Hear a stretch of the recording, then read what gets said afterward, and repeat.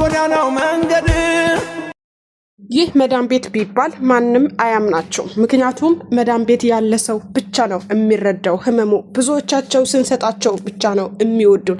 ነገር ግን በሆነ አማካኝነት በጤና እክል ወይም በህይወታችን ማጣት ምክንያት ገንዘባችን ቢቀርባቸው ማንም ስለኛ ግድ አይሰጠውም። እህቶቼ በመዳም ቤት የምሰሩ እንደዛ አይነት እንስሳ ያለበት ቤት የምሰሩ እህቶች በጣም ጀግና ናቸው። ምክንያቱም እኔ ብሆን ይሄ እንስሳ ስፔሻሊ ይሄ እንስሳ ያለበት ቤት አልሰራም። ድመት ቤት ሰርቻል። ይሄ ቪዲዮ ለብዙ ኮንትራት ቤት ላሉ በውጭም በውስጥም ለሚገኙ ወጥተው ሰርተው ለመለወጥ የሚለፉ የሚተጉ እህቶቼ እንዲደርስ ላይክ እና ሼር ሰብስክራይብ ከናንተ እፈልጋለሁ። እኔ መስራቴን ሁሌም አላቆሙም። እንዳልሰራ የሚያደናቅፉኝ ነገሮች ቢኖሩም ግን ለጥቂት እህቶቼ ስል ስራዬን ላለመቆም እገደዳለሁ ማለት ነው። በነገራችን ላይ ብዙ ጊዜ እኛ መዳም ቤት ውስጥ የምናሳልፈው ስቃይ የምንሰራው ነገር ገንዘቡ እንዴት አድርገን እንደምናመጣው ማንም አይረዳንም። እነሱ የሚረዱን ምንድን ነው? ተደላድለን እንደምንኖር፣ ተንደላቀን እንደምንኖር፣ ጠግበን በልተን እንደምናድር፣ ሰፊ ሰዓት ጊዜ አግኝተን እንቅልፋችን እንደምንተኛ፣ እንደምንዝናና በአንድ ደቂቃ የፊልተር ቪዲዮ ይገምቱናል ማለት ነው። የሆነ ቀን አንድ ሰው እኛን የሚወደን አሁን ላይ ለገንዘባችንና ለገንዘባችን ብሎ ብቻ ነው። በነፃ የምትወደን ሰው ብትኖር እሱም 50% እናታችን።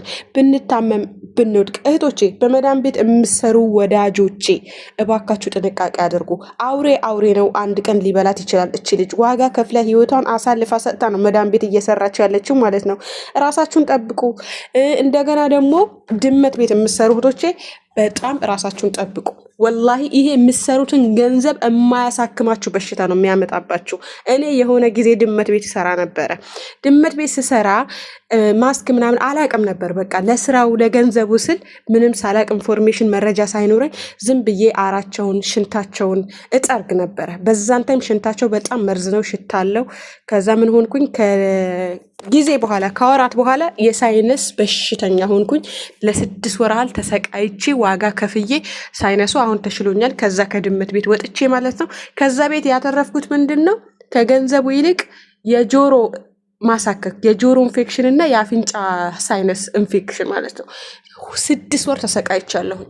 እና እንደዚህ አይነት ቤት ስትሰሩ ግላፍስ፣ ጓንት ማለት ነው። ግላፍስ እና ጓንት ያው በእንግሊዝኛ ሲሆን ነው። ግላፍስና ማስክ እንዳትረሱ። ማስክ ፊክስ ምናምን እንዳይለያችሁ፣ ሽታው አዳብት እንዳያደርግ ወደ ውስጣችሁ ይከላከልላችኋል። ወተት ጠጡ።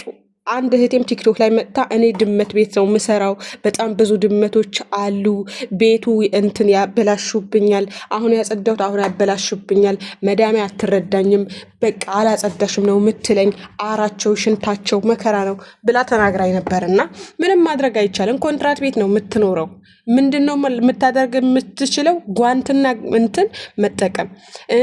ደግሞ ያጸዳችሁት ቦታ ለምሳሌ አንድ ያጽድታችሁ ሁለተኛ ቢያበላሹት ያበላሹት፣ በቃ ምንም አማራጭ የላችሁም። ከቻላችሁ ታስተካክላላችሁ፣ ካልቻላችሁ ደግሞ ትተዋላችሁ ማለት ነው። ምክንያቱም ልክ እንደ ህፃን ናቸው። ገባችሁ አይደለ? እዚህ ጋር ብዙዎቻችሁ ለምንድን ነው እህቴ ገንዘብ አላከችው እንጂ የሚልሽ እህቴ ታማ ነው፣ እህቴ ተሰቃይታ ነው፣ እህቴ ገንዘብ የምታገኘው እንደዚህ አይነት ነገር ሰርታ ነው አይልሽም ሀቢብቲ። ብዙዎቹ ሴተኛ አዳሪ ሆነዋል። ብዙ ሴቶች እኔ ሴተኛ አዳሪ ስለሆኑ አልፈርድባቸውም፣ ሰልችቷቸው ነው። 10 ዓመት 20 ዓመት ለቤተሰብ ለራሳቸው ሴፍ ሳያደርጉ፣ ለራሳቸው አንድም ቀን ሴፍ ሳያደርጉ በራሳቸው ገንዘብ ቅባት እንኳን ለመግዛት እያሳዘናቸው ለቤተሰብ የሚኖሩ ቤተሰብ ብትሰጪው በቃኝ አይልም። እህቴ ገንዘብሽን ሴፍ አድርጊ። ገባሽ? ነገ ኢትዮጵያ ስትሄጂ የሆነ የራስሽ ነገር ሊኖርሽ ይገባል። የራስሽ የሆነ ማረፊያ፣ ብትታመሚ እንኳን ልታርፊበት የምትችይው፣ ብትታመሚ እንኳን ሽጠሽ መታከም የምትችይበት ቋሚ ንብረት ሊኖርሽ ይገባል። ቤት ባይኖርሽ፣ መሬት ባይኖርሽ፣ ደና የአንገት ወርቅ፣ ደና የጆሮ ወርቅ፣ ደና የእጅ የወርቅ ብራዝሌት ሊኖርሽ ይገባል። ገባችሁ? ይሄንን ነው የምመክራችሁ ሁል ጊዜ ማለት ነው። ምክንያቱም ብዙ ነገር አይቻለሁ ሶሻል ሚዲያ ላይም በመስማት ራሴ ላይም ያን ያህል ሳይሆን ጠንቃቃ ነኝ፣ ተጠንቅቄያለሁኝ። ብቻ ብዙ ተምሬያለሁ። ከህይወት የተሞክሮ ነው የምነግራችሁ። ኬት አምጥተሽ ነው እንዳትሉኝ፣ ሁላችንም መማር ካለብን በራሳችን ሳይደርስ በሰው ህይወት ብቻ መማር እንችላለን። ሶሻል ሚዲያው ላይ አሁን ላይ ማለት ነው። ንቁ። የማይሆናችሁ ቦታ ላይ አትዋሉ። የሚጠቅማችሁ ነገር፣ ለነገ ህይወታችሁ የሚቀይርላችሁ ነገር ቲክቶክ ስክሮል ከምታደርጉ እንግሊዝኛ ቋንቋ ተምራችሁ ከመዳም ቤት ብትወጡ የተሻለ ስራ ታገኛላችሁ።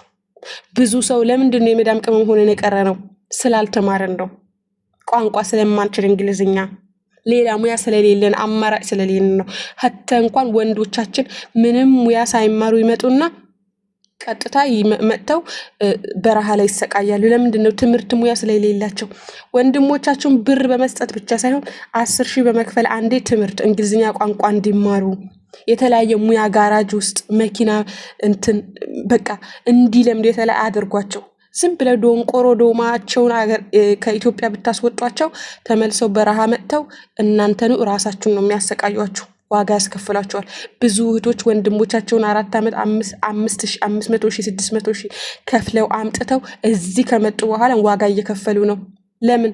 በረሃ አልሰራም፣ ፀሐይ አልሰራም፣ ሙቀት ነው እያሉ። በእርግጥ አልፈርድባቸው። ሙቀቱ ብረት እንኳን ያበላሻል፣ እንኳን የሰው ልጅ ማለት ነው። ሙያ እንዲማሩ አድርጓቸው እንጂ ጥሬ ብር በእጃቸው እንዳሰጧቸው።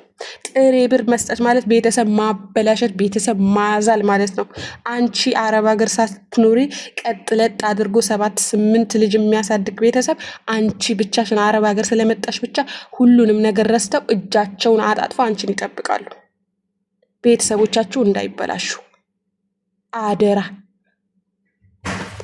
ብትሰጪ ለውጥ አያመጡም እነሱ ማለት ነው። የዕለት ከዕለት ህይወታቸው ከመኖር ውጭ ምንም የሚያመጡት የሚለወጡት ነገር የለም። እህቴ አትሳሳቱ እህቶቼ። ወላሂ ቤተሰቦቼን እለውጣለሁ። ለቤተሰብ ቤት ልትሰሪ ትችያለሽ፣ የሆነ ነገር ግን እነሱ አይወጡ። ትንሽ ነገር እንኳን አንቺ ሆነሽ እየረዳሻቸው ኖረሽ ሌላ እህትሽ ወይም ሌላ ወንድምሽ አምጥተሽ አሁን ተቀየርን በቃ ልንቀየር ነው ልንለወጥ ነው ስትሉ እነሱ የነሱ ጉድጓድ፣ የነሱ የወጪ ጉድጓድ፣ የነሱ ብር መፈለግ እየሰፋ ክሊክ እየወረደ የሚመጣው። አሁን በቃኝ አረፍኩ ስትይ ምንም የምታርፊው ነገር የለም። 1 ወርና 2 ወር ከዛ በፊት አስለምደሻቸው 1 ወርና 2 ወር ባንክ ብር ካልገባላቸው እየተመላለሱ ገባ አልገባ እያሉ ይጠባበቃሉ። ይሄ እውነታ ነው፣ ሪያሊቲ ነው የምነግራችሁ። በራስ እጃችሁ ጠላት አታፍሩ፣ በብራችሁ ጠላት አትግዙ። ወላሂ ሰጥታችሁ ስታቆሙ መጨረሻ ላይ አንቺ ምን አደረግሽልኝ ነው የምትባዩ። ሀቢብቲ አንቺ እዚህ ሀገር ላይ ሴተኛ ዳር የሆነሽ የሆነ ሰው ቪዲዮ ቀርጾ ቢፖስትሽ እቺ ሸርሙጣ ነው የሚሉሽ እንጂ ልጃችን እኮ ለእኛ ስትል ነው፣ በእኛ ምክንያት እኮ ነው ሴተኛ አዳር የሆነችው አይልሽም። ይሄ ሪያሊቲው ነው። አመናችሁም አላመናችሁም ማለት ነው። ኦኬ ካመናችሁ ነው፣ ካላመናችሁ ተው፣ የራሳችሁ ጉዳይ ነው። እኔ ግን መናገር ካለብኝ ነገር ዞር አልልም። ዞር ማለት ነው። እኔ በየቀኑ ለእናንተ ላምጣ ካልኩ አመጣለሁ፣ ከዚህ በላይ ማለት ነው። በቅርቡ ራሱ ሶሻል ሚዲያ ምን እንደተፈጠረ ሁላችሁም ታውቃላችሁ። አንድ እናት እኮ ልጆቿን ቴከር እያረገችላት፣ ብር እየሰጠችላት ልጆቿን የሚበሉት የሚጠጡትን እያረገችላት፣ ለምን ለልጆቼ ለራሳቸው ብር ሰጠች ለእኔ ለምን አልተሰጠኝም ብላ እኮ ነው እናትየው አደባባይ ወጥታ ልጇን ያሳፈረቻት። አያችሁ አይደለ? ብር መጨረሻ ላይ የገዛ እናታችሁም ጠላት ያደርጋል።